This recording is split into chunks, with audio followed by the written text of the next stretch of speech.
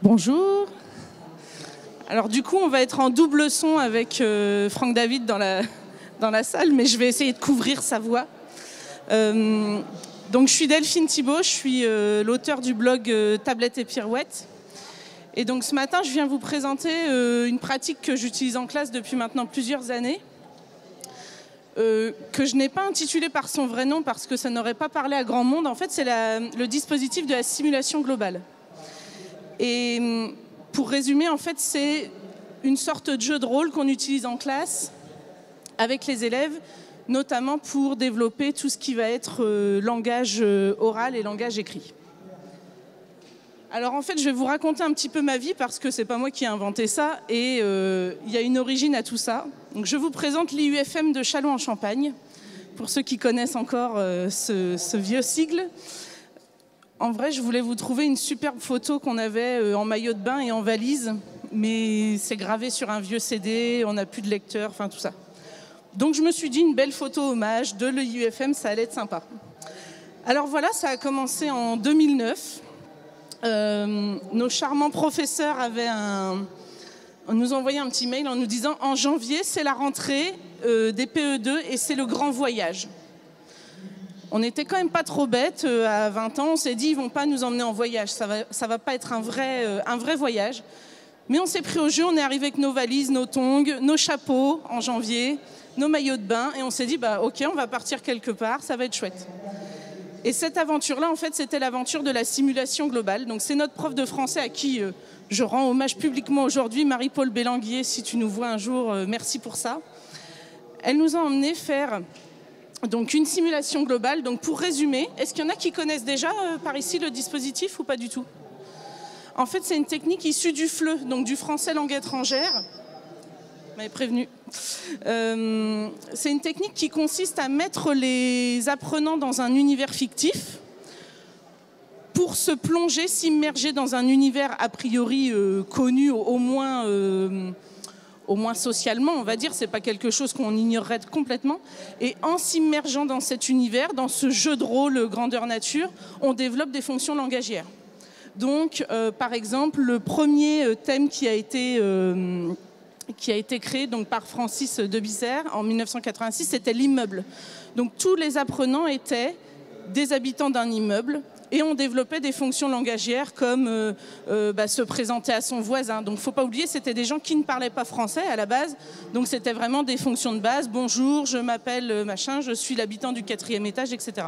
Et ça s'est développé avec beaucoup d'autres fonctions du langage, que ce soit oral ou écrit, envoyer un mot à son voisin, créer la fête des voisins, etc. Et ça s'est après développé pas que pour l'enseignement français langue étrangère, puisque ça pouvait être utile pour d'autres. Moi, je l'ai vécu quand j'étais à l'IUFM et je l'ai constaté ensuite après en classe, c'est-à-dire que quand j'ai eu ma première classe, après avoir vécu ça en cours, je me suis dit, la production d'écrit, souvent c'est un peu compliqué. Les enfants bloquent pour certains. Alors bien sûr, je ne parle pas de ceux pour qui l'écriture va être naturelle et tout se passe bien, mais on a des enfants qui bloquent, qui n'ont pas trop d'idées. Le sujet est trop éloigné de leur réalité. Raconte tes vacances, ce sont des enfants qui ne partent pas en vacances, par exemple. Ou raconte comment le chien a pu faire, etc. Et en fait, c'est des univers qui ne leur parlent pas parce que c'est loin de leur vécu. On a aussi, ça c'est des constats perso, mais je sais qu'on est plusieurs à les rencontrer aussi. On a des élèves qui sont fatigués d'avance à l'idée de se dire je vais devoir le faire au moins 3 fois, ce travail, parce que je vais faire un premier jet. On adore ce nom de jet. Moi, je l'aime pas trop, mais... Donc, on fait le premier jet, le prof récupère, on corrige. Enfin, non, on souligne les erreurs. Il va se corriger. On fait le deuxième jet. Et des fois, il y en a, on peut aller jusqu'à 10 jets, s'il fallait. Alors, on s'arrête souvent avant, mais c'est fastidieux. Moi, perso, je n'aime pas trop non plus retrouver une grande feuille à corriger qui va me prendre beaucoup de temps avec une classe de grand CM. Donc, tous ces constats ont fait que dès que j'ai pu, j'ai mis en place la simulation globale dans ma classe. Alors, je vous explique un peu plus précisément. L'idée, c'est de vivre une aventure collective, c'est-à-dire que tout le monde va être plongé dans le même univers, le prof aussi. Et celle que j'ai le plus testée, c'est celle que j'avais vécue moi en tant qu'étudiante, donc le Grand Voyage. J'ai gardé le nom, le même nom. J'ai dû la réaliser à peu près 6 fois maintenant, donc en modifiant, en adaptant, etc. Je vous présenterai d'autres scénarios, mais en tout cas, ça c'est une valeur sûre qui fonctionne bien. Alors il y a des points incontournables quand vous faites ce genre d'exercice.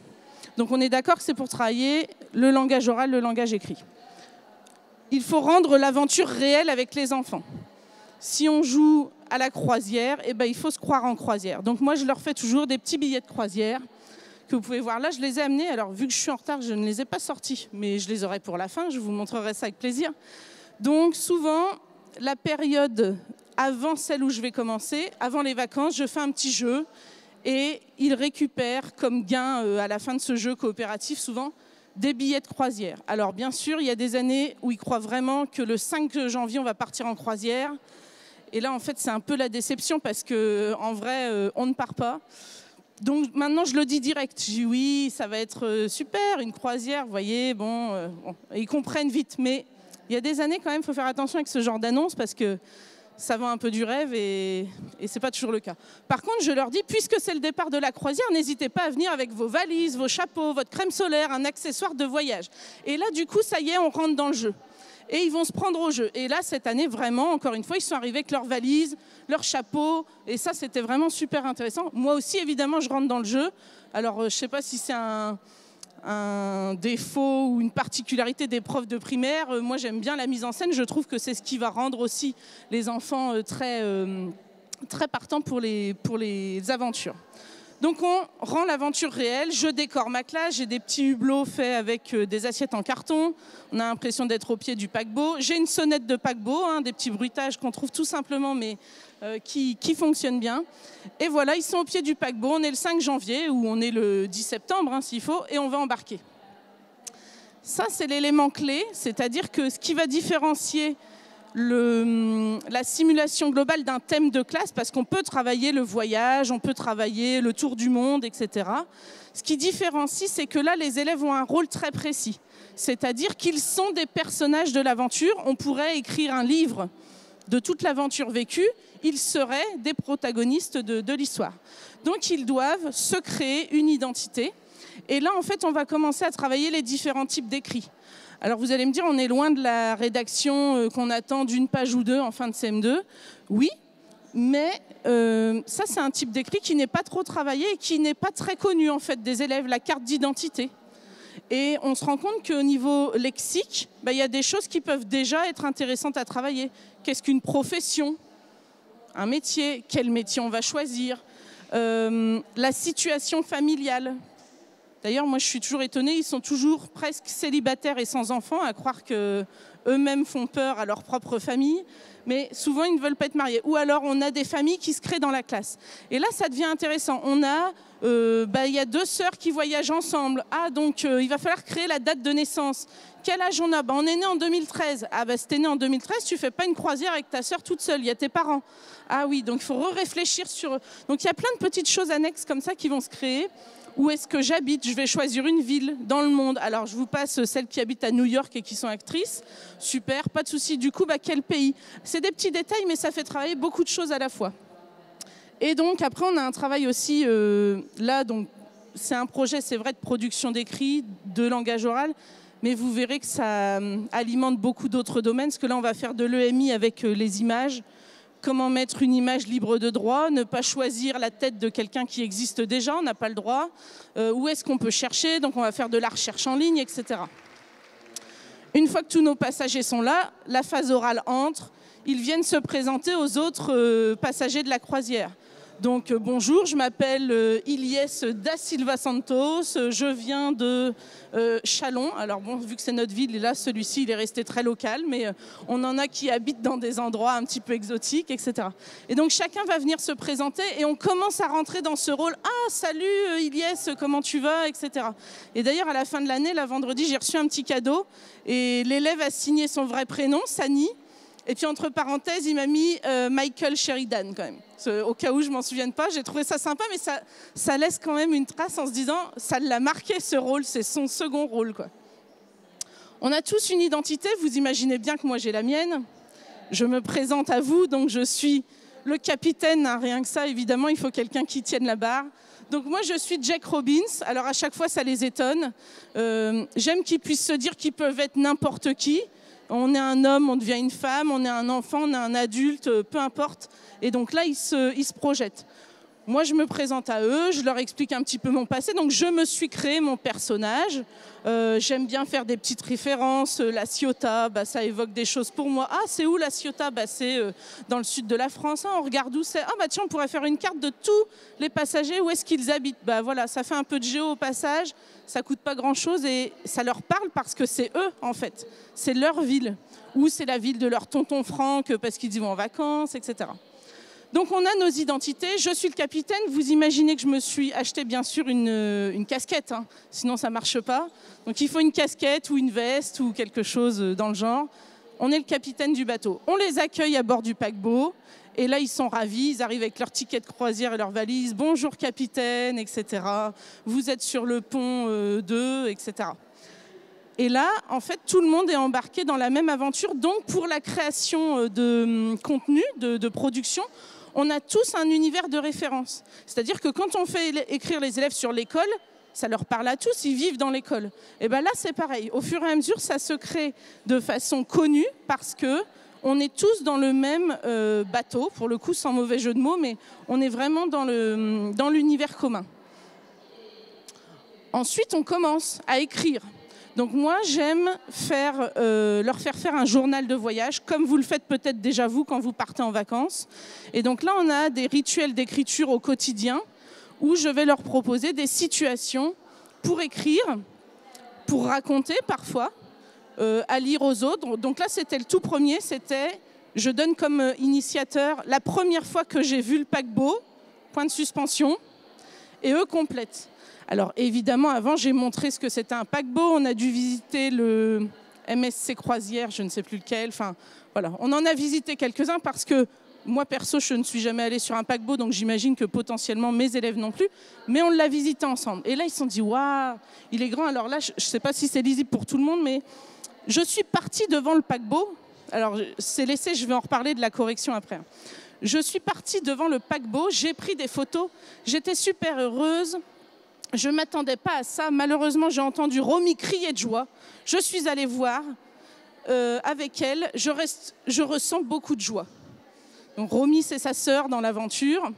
Et là, on sent, je trouve, pour une première production, qu'elle est trop contente d'entrer sur ce paquebot.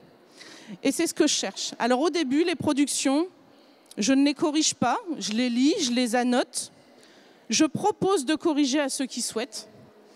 Au début, en tout cas, pour ne pas rendre la tâche d'écriture trop lourde. Je pense que ça, c'est quelque chose qui peut s'adapter aussi au public que vous avez en classe. Moi, personnellement, c'est une école dans un quartier difficile où c'est encore des choses très compliquées et tout le monde n'est pas à un degré d'envie d'écriture digne d'un écrivain. Donc, mon idée première, c'est déjà de susciter l'envie. Et ensuite, on voit ce qui peut se passer. Donc, tous les jours, une petite situation. Ça peut être ça peut être un audio, un cri de mouette, on ne dit pas ce que c'est, qu'est-ce que ça vous évoque. Ça peut être un début de phrase, ça peut être une photo. Et là, on va commencer à avoir des situations d'écriture variées, mais libres dans la production. Ensuite, on a des situations qui vont mêler l'oral et l'écrit. Par exemple, ça c'est une de leurs préférées, la discussion sur le paquebot. Deux passagers vont se rencontrer à un endroit. Alors, je leur donne des photos, hein, une quinzaine, ils choisissent le bar de la piscine, le jacuzzi, etc. Ils écrivent leur dialogue et après, on le joue sur un fond vert. Donc là, c'est l'amusement total. Vous imaginez l'effet magique. J'aurais eu le temps, j'aurais pu en amener un et vous faire tester, parce que c'est vraiment sympa à faire. Et donc, mes deux touristes qui sont visiblement devant le bar de la piscine sont en train de se raconter qu'as-tu fait hier soir, oh, j'aimerais beaucoup aller au restaurant avec toi, etc. Des petites scénettes à jouer, mais qui font un effet super une fois que c'est monté. Donc là, c'est l'application Green Screen sur iPad qui fait le montage. Enfin, il n'y a pas de montage, c'est incrusté directement. Et les élèves peuvent être directement dans leur paquebot. Et là, en termes d'immersion, c'est pareil. On est totalement dans le truc. On a tous vécu l'expérience. à différents endroits et c'est chouette de voir comment les passagers se rencontrent. Alors je ne vais pas vous détailler toutes les étapes parce qu'en vrai il y en a beaucoup, il y en a au moins une quinzaine, mais sinon plus, je vous les ai résumées en une infographie. Donc on embarque sur le paquebot, je vous l'ai montré, on crée sa carte d'identité. Ensuite, on va faire sa valise. Là, par exemple, je travaille les termes génériques et les termes spécifiques. Je veux une liste de 10 vêtements, 5 accessoires de toilette, 10 accessoires de plage. Et hop, ils vont pouvoir créer leur liste, mettre en forme la liste. On peut le faire numériquement, on peut le faire en papier. Et là, déjà, on rentre dans des choses un petit peu plus techniques selon la catégorie que l'on met. Hein. C'est sûr qu'accessoires de plage, ça leur parle vite. Après, si je demande des types de gilets, alors en croisière, peut-être pas, des types de maillots de bain, j'ai déjà fait une année, bon, bah là, il faut commencer à faire des recherches sur le lexique, parce que c'est beaucoup plus précis. On travaille ensuite en géographie sur la carte du voyage. Et alors là, la production, elle est assez courte, on va dire, parce que je demande des villes, des pays, mais on va être dans un travail d'écriture de recherche, c'est-à-dire comment faire une recherche sur Internet, comment trouver la bonne information, où est-ce que le paquebot va pouvoir passer. Moi, je donne des indications, bien sûr. Trouve un port de croisière dans la mer Méditerranée. Facile. Trouve en mer d'Arabie. Je ne sais pas si quelqu'un peut me citer un port en mer d'Arabie, là, tout de suite. Même moi, j'ai oublié. Donc, c'est des choses voilà, qu'on peut aussi rajouter comme ça au fil du temps. Les discussions sur le pont, vous venez de les voir avec le petit fond vert. Ensuite, bien sûr, qui dit voyage dit carte postale. Donc, rédiger une carte postale, comment on va s'adresser à un proche, quelles sont les formules d'appel, est-ce qu'on met un petit mot, est-ce qu'on signe, il y a un timbre, c'est oblitéré, etc. Bien sûr, un travail d'art en parallèle parce que c'est quand même chouette de pouvoir représenter l'endroit de son choix. Ensuite, malheureusement, dans cette croisière, ça fait un peu Titanic, mais c'est essentiel, c'est le rebondissement de l'aventure. Je peux le dire maintenant, parce qu'il n'y a aucun élève qui ne l'a pas vécu, sinon en cours d'année, je ne le dis pas d'avance, parce qu'il y a des curieux. Donc là, je fais un petit escape game. Il faut s'enfuir du bateau, ça coule, on a heurté des rochers. Il faut partir vite. Donc là, on a un jeu coopératif qui vient couper l'aventure. Pas de production sur cette étape, c'est vraiment une épreuve sociale, mais qu'on va vivre parce qu'après, on va raconter le naufrage. Donc là, on est vraiment dans de l'écrit narratif où je peux donner des contraintes selon les enfants, des contraintes de conjugaison, des contraintes de grammaire, des contraintes de taille de texte, etc. Des incitateurs pour ceux qui auraient besoin. Mais là encore, le vécu est collectif. Ils ont ramé avec moi, hein, comme ça, avec des fausses pelles. Ils ont mis des gilets de sauvetage plutôt fictifs et un peu en carton. Ils ont cherché les clés du canot de sauvetage. Donc l'aventure est vécue et là, ils peuvent raconter un naufrage. J'ai oublié, parce que bien sûr, je ne lis pas dans l'ordre en étant sur le côté. Sur le paquebot, il peut se passer beaucoup de choses. On peut avoir des spectacles, on rédige une affiche de spectacle. On peut aller manger à la table du capitaine, on va écrire le menu préféré du capitaine. On peut faire un cours de stretching et on va inventer les différents exercices. Bref, il y a de quoi faire sur un paquebot. Nous sommes naufragés, on va ramer un petit peu et terre en vue, on arrive sur une île. Et là, on va passer dans de l'écriture plutôt de schéma annoté, donc en lien avec les écrits scientifiques. Comment j'annote un schéma qu'on construit ensemble, on dessine l'île ensemble, on décide de la géographie, donc on va faire en lien avec la géographie les reliefs, etc. Et par exemple, dans l'île, je demande toujours à ce que ce soit... C'est vraiment pas l'idéal, ça. Hein. Je demande à ce que ce soit, par exemple, un groupe nominal avec un adjectif épithète ou un complément du nom. Donc là, ils doivent chercher, ça sera le rocher à bout pointu, la plage au sable blanc, etc. Donc là, on a de l'écrit plus court, mais nécessaire et qui rebrasse des notions de grammaire. Il n'y a pas si longtemps, ils ont envoyé une bouteille à la mer. Là, c'est de l'écrit contraint qui prend un peu les principes de l'Oulipo, l'écriture à contrainte. Écrit un message d'appel à l'aide en seulement 10 mots. Alors comme ça paraît simple et en fait, on est vite coincé. Donc on va avoir des notions de réduction de groupes nominaux, d'enrichissement, etc. Une fois qu'on est bien sur notre île et qu'on l'a exploré pour trouver à manger, on va pouvoir faire un petit carnet d'observation. Donc là, on va travailler sur le documentaire avec les espèces rencontrées. Tiens, tu as rencontré 5 espèces animales, 5 végétales, fais-moi ton carnet d'observation. Donc là, on observe des plantes extraordinaires aux fonctions. Ceux qui commencent à comprendre se disent « Ah ouais, celle-ci, ça va être une plante qui soigne, par exemple. Donc, elle va pouvoir être utile si on se coupe quelque part. Celle-ci, elle se mange. Bah, comme ça, on sait qu'on peut survivre. Et puis, il y en a plein. Il y a toute une forêt, donc c'est pratique. » Donc là, on va faire du carnet d'observation, de la fiche documentaire. Ensuite, on peut faire une petite session d'organisation. Là, on va faire et un écrit et un oral, puisque ça va être présenté aux autres sous forme d'exposé. Ça va être des groupes. Un groupe qui va faire la cueillette. Qu'est-ce qu'on peut aller cueillir sur l'île et comment et quelles espèces.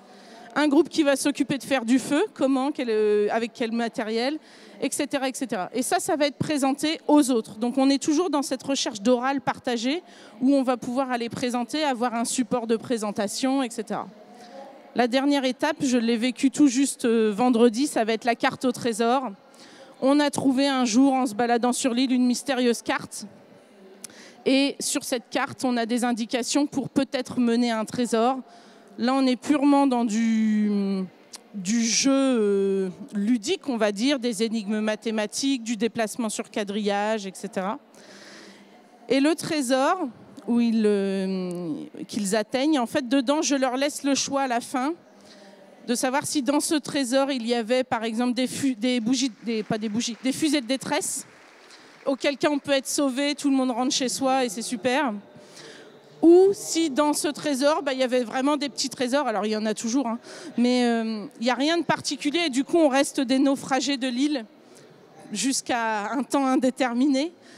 Jusqu'à maintenant, les 6 classes avec qui je l'ai fait choisissent de rester naufragés sur l'île parce que c'est un environnement qui les a accompagnés toute l'année et qui apparemment leur plaît. Donc on reste naufragés. Cette année, j'en ai 2 qui auraient bien retrouvé leurs chiens et leur famille. Tant pis pour eux. La majorité a voté, on est resté naufragés de l'île et apparemment ça leur a plu comme ça. On arrive à la fin de l'année avec une grosse histoire, on pourrait en écrire un livre. J'avais cette ambition certaines années, je crois que ce n'est pas encore à ma portée, mais peut-être un jour. Et puis pour changer un petit peu, en fait, au fil du temps, j'ai créé plusieurs scénarios, parce que souvent je garde ma classe ou une partie de classe une année sur 2. Donc j'ai créé 4 scénarios qui reprennent la même méthodologie, le même dispositif, des identités fictives, etc., avec des univers différents. Donc là, on a fait le voyage. L'année dernière, on est parti en mission dans l'espace. Donc c'était notre mission Enigma. On doit partir de la Terre parce qu'il y a un problème et on va s'exiler dans une mission. L'année du Covid, donc c'est resté un peu en suspens, très mystérieux. La Flix Academy, c'était l'académie des espions. Donc c'est pareil, camp d'entraînement pendant plusieurs mois, puis après mission secrète, etc. Même logique. Et puis le dernier que j'ai testé, c'est l'école des sorciers, donc dans un univers Harry Potter, mais pas celui-ci, pour que ça ne soit pas calqué sur ce qui existe et ce que les enfants connaissent déjà. Donc on était la 5e maison, la 5e école de sorciers, avec Poudlard, avec Durmstrang et tout ça, donc univers connu, mais tout à créer dans notre maison, dans notre château de sorciers à nous. J'ai mis les hashtags, je vois que ce n'est pas très lisible d'ici, mais je pourrais remettre.